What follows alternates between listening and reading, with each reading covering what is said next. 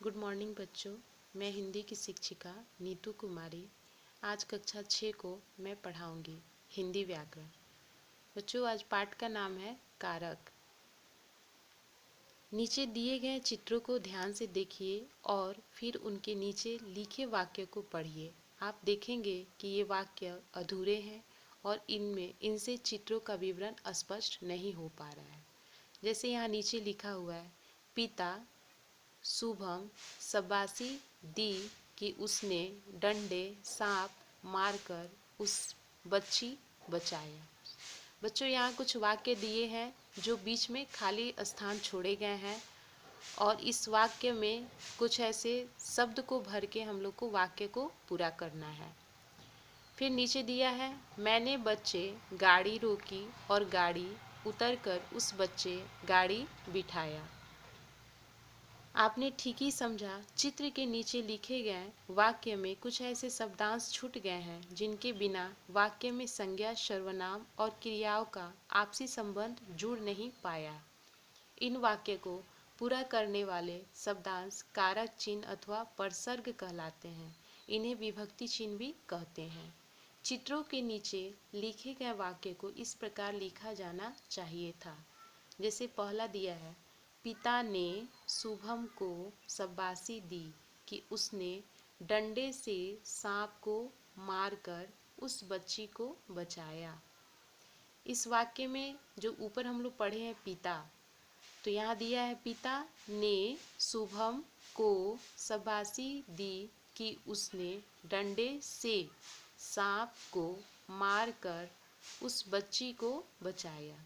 दूसरा वाक्य दिया है, मैंने बच्चे के लिए गाड़ी रोकी और गाड़ी से उतरकर उस बच्चे को गाड़ी में बिठाया। अर्थात जिन शब्दांशों से संज्ञा अथवा सर्वनाम का संबंध वाक्य के दूसरे शब्दों के साथ जाना जाता है वे कारक कहलाते हैं। एक बार हम फिर रिपीट कर रही हूँ। जिन शब्दांशों से संज्ञा अथवा सर्वनाम का संबंध वाक्य के दूसरे शब्दों के साथ जाना जाता है वे कारक कहलाते हैं। विभक्ति या परसर्ग संज्ञा अथवा सर्वनाम के साथ जो शब्दांश या चिन्ह लगाए जाते हैं वे विभक्ति या परसर्ग कहलाते हैं। जैसे राम ने रावण को तीर से मारा। इस वाक्य में ने को और से विभक्ति यहाँ परसर्ग है, क्योंकि इनके बिना संज्ञा का क्रिया से उपयुक्त संबंध नहीं जुड़ सकता। अब हम लोग पढ़ेंगे कारक के भेद। कारक के कितने भेद होते हैं? तो बच्चों, कारक के 8 भेद होते हैं। पहला है कर्ता कारक, दूसरा है कर्म कारक, तीसरा है करण कारक, चौथा संप्रदान कारक, पांचवा अपादान कारक, छठा संबंध कारक, सातवां अधिकरण कारक और आठवां संबोधन कारक। यहाँ पे लिखा हुआ है कारक और कारक की भूमिका और कारक की विभक्ति। जैसे दिया है कारक पहला कर्ता, उस कारक कर्ता कारक का क्या कार्य है? तो क्रिया को करने वाले को हम लोग कर्ता कारक कहते हैं। जैसे उसका विभक्ति है ने, तो हम लोग ऐसे पढ़ेंगे कर्ता ने। कर्म जिस पर क्रिया का प्रभाव पड़े, यानी कि कर्म को करण जिस साधन के द्वारा की गई हो, करण से द्वारा। संप्रदान जिसके लिए क्रिया की गई हो, संप्रदान जिसके लिए क्रिया की गई हो के लिए। आपादान जिससे अलगाव हो, से अलगाव चिन्ह।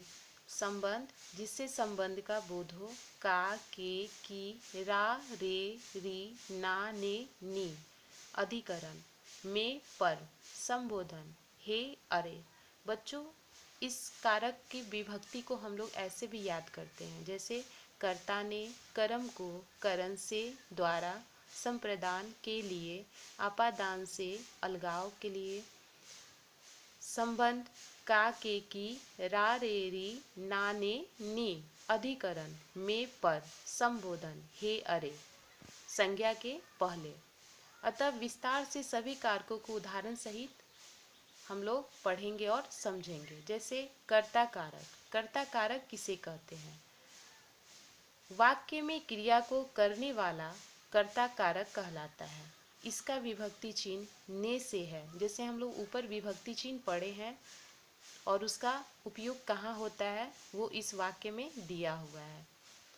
अर्जुन ने महाभारत का युद्ध जीता। यहाँ पे दिया है अर्जुन ने, यानी कि अर्जुन ये काम कर रहा है, महाभारत का युद्ध जीता। विशेष वर्तमान काल में कर्ता के साथ ने विभक्ति का प्रयोग नहीं होता। जैसे वह चित्र बनाता है, जब हम लोग कुछ काम करते रहते हैं तो वहाँ पे ने का प्रयोग, ने का विभक्ति नहीं होता है। दूसरा है कर्म कारक। कर्ता की क्रिया का फल जिस पर पड़ता है वह कर्म कारक कहलाता है, जिसका विभक्ति चिन्ह को से है। यानी कि जो भी काम कर्ता करता है उसका फल उस पर पड़ता है, उसी को हम लोग कर्म कारक कहते हैं। जैसे अर्जुन ने कर्ण को मारा, रामकृष्ण परमहंस ने विवेकानंद को ज्ञान दिया। तीसरा है करण कारक। जिस साधन से कर्ता कोई कार्य करता है उसे करण कारक कहा जाता है। इसका विभक्ति चिन्ह से है। जैसे कमल ने डंडे से बंदर को मारा, कमल ने डंडे से बंदर को मारा। इस वाक्य में मारने का कार्य डंडे से किया जा रहा है, अतएव से करण कारक है। संप्रदान कारक। जिस संज्ञा या सर्वनाम के लिए क्रिया की जाती है उसे संप्रदान कारक कहते हैं, जिसका विभक्ति चिन्ह के लिए होता है। जैसे मैंने किट्टू के लिए कार मंगाई। वाक्य में मंगाई क्रिया किट्टू के लिए की गई है, इसलिए के लिए संप्रदान कारक है। आपादान कारक। शब्द के जिस रूप से किसी का अलग होना पाया जाए उसे आपादान कारक कहते हैं। इसका अर्थ ये होता है कि किसी भी संबंध से अलग हुआ जाता है उसे आपादान कारक हम लोग कहते हैं। इसका विभक्ति चिन्ह से होता है। जैसे पर्वत से निर्झर नीचे गिर रहा है। यहाँ पर्वत से जो निर्झर का मतलब होता है बच्चों पानी, जो पर्वत से पानी नीचे गिर रहा है, यानी कि पर्वत से पानी का संबंध क्या हो रहा है, छूट रहा है। वाक्य में निर्झर कर्ता पर्वत से अलग होकर गिर रहा है, इसलिए से शब्द आपादान कारक है। संबंध कारक।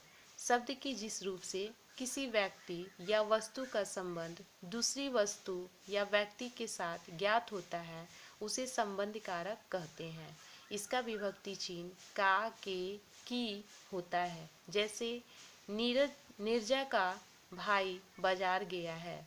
वाक्य में भाई संज्ञा के साथ निर्जा का संबंध है, इसलिए का संबंध कारक है। अधिकरण कारक। शब्द के जिस रूप से क्रिया घटित होने के स्थान का बोध हो उसे अधिकरण कारक कहते हैं। इसका विभक्ति चिन्ह में पर होता है। जैसे कोयल वृक्ष पर बैठी है, मछलियाँ पानी में तैर रही है। आठवां है संबोधन कारक। जिससे किसी को पुकारने, बुलाने अथवा सचेत करने का भाव प्रकट हो उसे संबोधन कारक कहते हैं। जैसे अरे पीछे कार है, सावधान हो जाओ, उसको संबोधित करना, संबोध करना।